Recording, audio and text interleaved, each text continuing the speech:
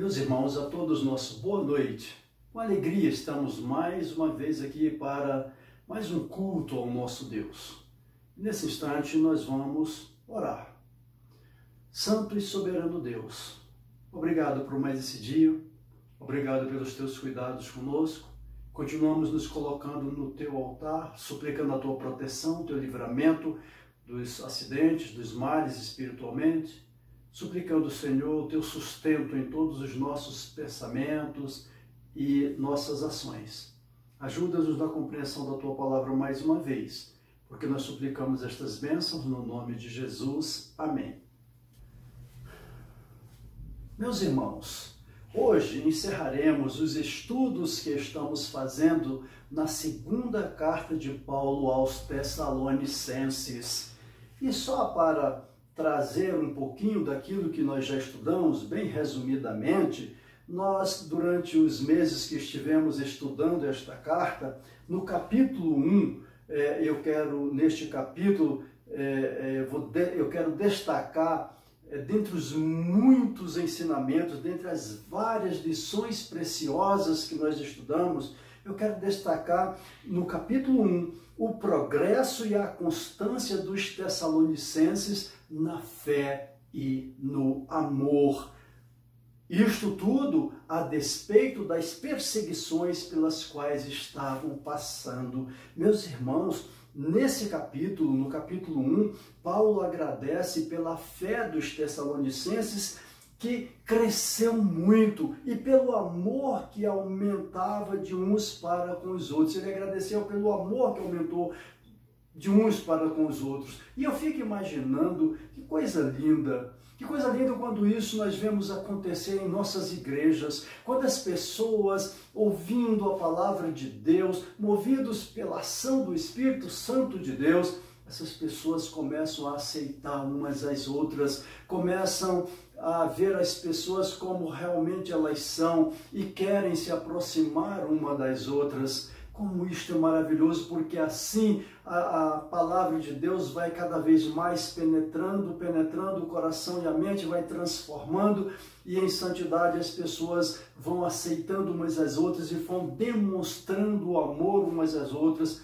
e terminam se defendendo umas às outras, sempre movidas pelo amor. Isso é muito lindo. Isso aconteceu na igreja de Tessalônica, que nós vimos. Uma das lições preciosas que tiramos foi esta. E nesse capítulo, então, Paulo agradeceu a Deus, porque aquele acontecimento foi extraordinário e continua sendo extraordinário em nossos dias. E no capítulo 2, nós vimos que Paulo nos ensina que a segunda vinda de Cristo será precedida pela manifestação do anticristo. O anticristo, meus irmãos, será alguém que se oporá a tudo que se chama Deus.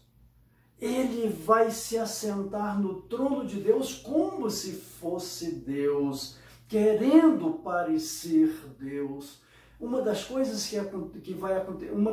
que acontecerá será essa: o anticristo querendo parecer com Deus em tudo, para enganar as pessoas, para tirar as pessoas do foco principal de nossa vida, que deve ser Jesus Cristo, deve ser Jesus ali levado àquela cruz, morrendo como para ser o nosso Senhor e o nosso Salvador e ressuscitando ao terceiro dia. Muito bem, no capítulo 3, até onde nós vimos, já estamos praticamente no final dele, vimos várias exortações e ensinamentos de que Deus nos confortará e guardará do maligno. Isso nos é reconfortante. Por quê? Porque nós sentimos a presença de Deus nos livrando dos males espirituais, nos livrando dos males físicos. Quantos livramentos temos passado no nosso dia a dia? Deus providenciando esses meios para nós, mesmo que nós sejamos indignos, mas mesmo assim Deus providenciando esse cuidado conosco, nos dando conforto, nos guardando, nos livrando dos males espirituais e dos males físicos. E na quarta-feira passada, aqueles que prestaram atenção viram que nós tratamos dos versos de 6 a 18. No entanto, esses versos de 6 a 18, eu não tratei de todos os versos. Por exemplo, os versos de 7 a 9 eu não tratei, o verso 12, 13, 16 e 18, eu não falei sobre eles. No entanto, hoje nós vamos falar, e também no verso 10, que nós vamos repetir alguma coisa que falamos, porque ele tem ligação com esses que nós não, com alguns desses que nós não falamos. Então, nos versos de 7 a 9, eu quero fazer essa leitura, dos versos de 7 a 9 de 2 Tessalonicenses 3, dizem assim esses versos: porque vós mesmos sabeis como convém imitar-nos, pois que não nos ouvemos desordenadamente entre vós, nem de graça comemos o pão de homem algum, mas com trabalho e fadiga, trabalhando noite e dia, para não sermos pesados a nenhum de vós. Não porque nós tivéssemos autoridade, não porque não tivéssemos autoridade, mas para vos dar em nós mesmos exemplo para nos imitardes. Porque, quando ainda estávamos convosco, vos mandamos isto, que se alguém não quiser trabalhar, não coma também. E esses versos, eu li até o 10, né, mas é até o 9 que me interessa aqui agora. Esses versos de 7 a 9, nós vemos que devemos seguir os bons exemplos como maneira de corrigir o comportamento dos preguiçosos e bisbilhoteiros. Paulo cita o próprio exemplo e mostra que, mesmo tendo o direito de receber sustento da igreja, conforme 1 Coríntios 9, de 6 a 14, ele continua trabalhando para prover o seu sustento. Eu quero fazer essa leitura de 1 Coríntios 6, 1 Coríntios 9, de 6 a 14, para que os irmãos percebam, confirme o que Paulo está nos dizendo. 1 Coríntios 9, de 6 a 14. Dizem assim esses versos: ou sou eu e Barnabé, ou só eu e Barnabé não temos direito a deixar de trabalhar? Quem jamais milita a sua própria custa? São perguntas que ele está fazendo, Paulo. Quem planta a vinha e não come do seu fruto? Ou quem apacenta o gado e não come do leite do gado? Digo eu isso segundo os homens? Ou não diz a lei também o mesmo?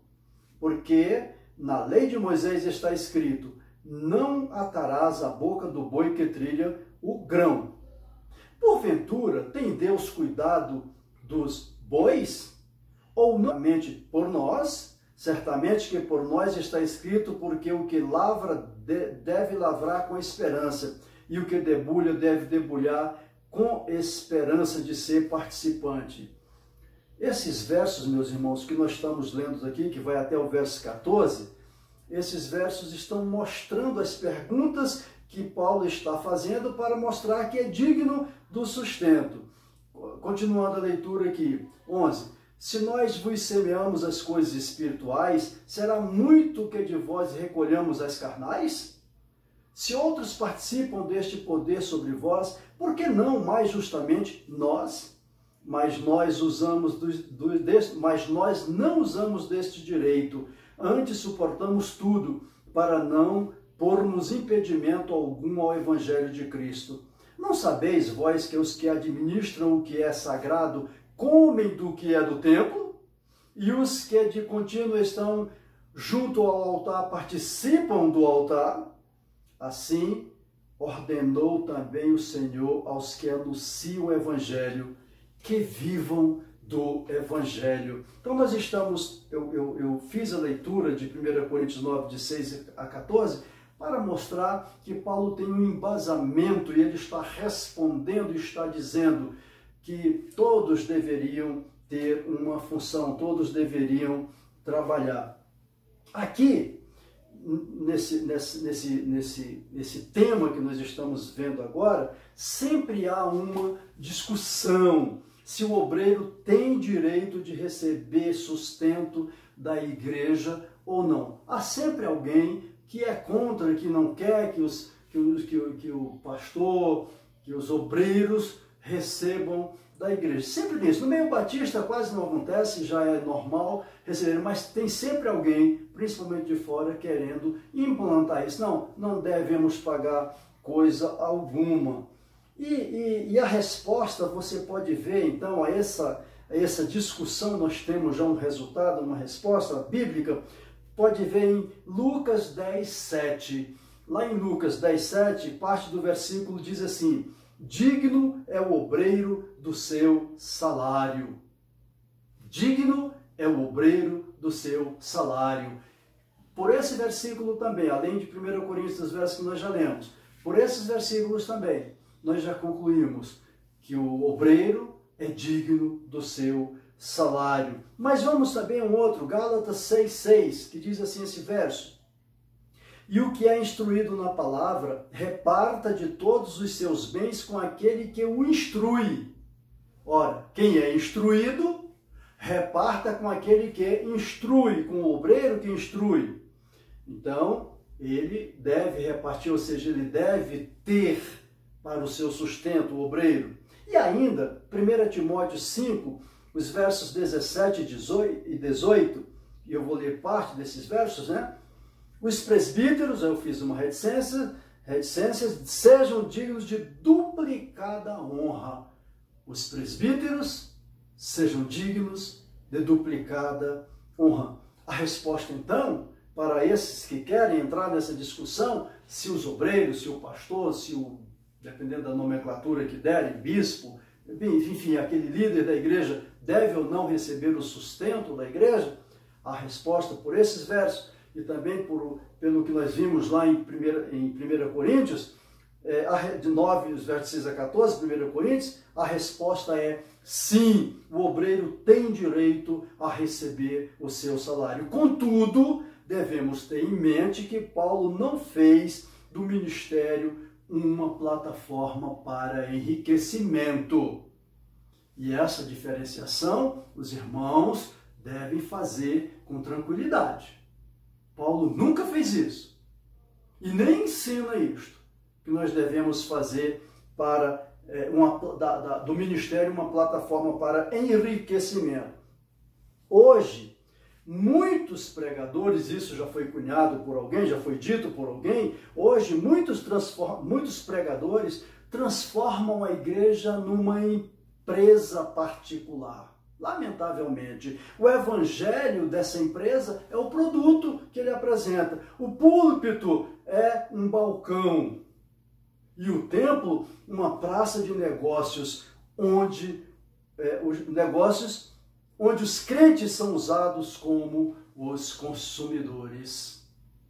É uma tristeza quando nós vemos isto, esse tipo de acontecimento. Meus irmãos, o verdadeiro líder, aquele que está debaixo da potente mão de Deus, aquele que tem preocupação com o hall de membros da igreja que ele está liderando, o verdadeiro líder coloca seus privilégios de lado por amor aos outros, por amor às pessoas. Isso precisa acontecer no nosso meio. Se algum dia, quando o pastor Jonas não estiver mais na liderança desta igreja, chegar um outro pastor e começar a querer só para si, tenham cuidado com esse pastor. Deem logo um basta, mostrem a ele a palavra de Deus e mostrem a ele que querem um líder, alguém que de fato se preocupa com as suas ovelhas, que seja realmente um pastor de ovelhas. E nos versos 10 e 12, os versos 10 eu já li, né? Vou ler agora o verso 12. A esses tais, porém, mandamos e exortamos por nosso Senhor Jesus Cristo, que trabalhando com sossego, comam o seu próprio pão.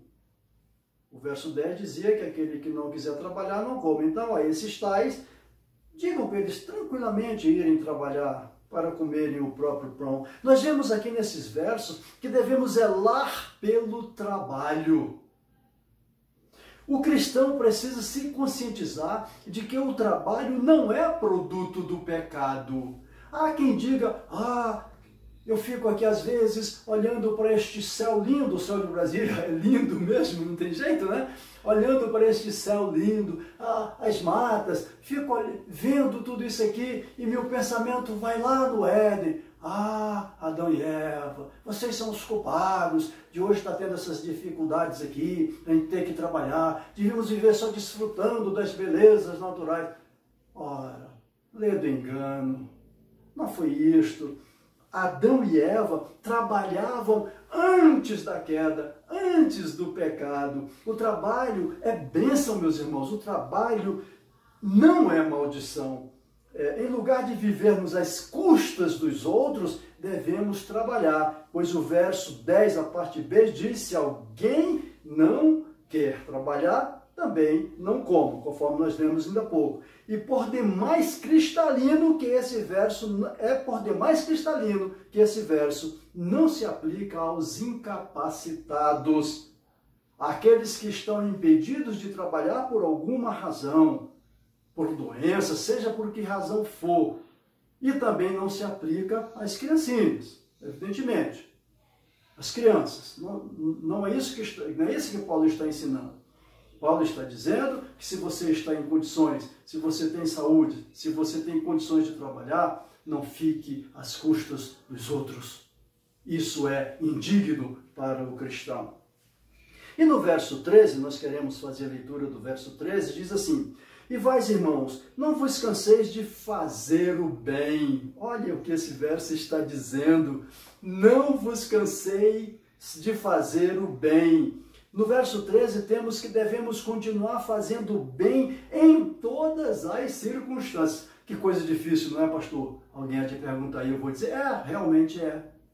Não é fácil você fazer o bem a alguém que está prejudicando você, alguém que está maltratando você, alguém que está tratando você menosprezando você de alguma forma. No entanto, o mau exemplo dos insubordinados, dos que viviam desordenadamente, dos que viviam intrometidos na vida alheia, não podem nos desencorajar à prática do bem, de jeito nenhum. Eu não posso pegar como exemplo aquelas pessoas que estão vivendo desordenadamente e achar que eles estão bem, que tudo está acontecendo de forma muito tranquila. Não! O exemplo é o que Paulo está nos dando. Trabalhe, viva sossegadamente, viva em paz. Nunca se canse de fazer o que é justo, o que é nobre, o que é excelente. Não se canse, porque aí você estará juntando os loiros, estará juntando todos os bens para colher os loiros que serão dados a você por Deus. Outro aspecto que devemos ter em mente é que o pecado na vida do cristão afeta toda a igreja. Meus irmãos, essa é uma realidade. Sempre que descobrimos que alguém está em pecado na igreja, vem uma tristeza muito grande, vem desânimos. Aquele pecado, às vezes, serve para trazer dificuldades para muitos que estão iniciando na fé.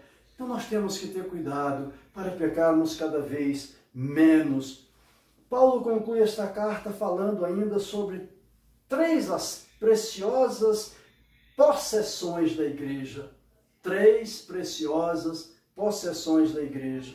O verso 16 que diz assim: ora, o mesmo Senhor da paz vos dê sempre paz de toda maneira.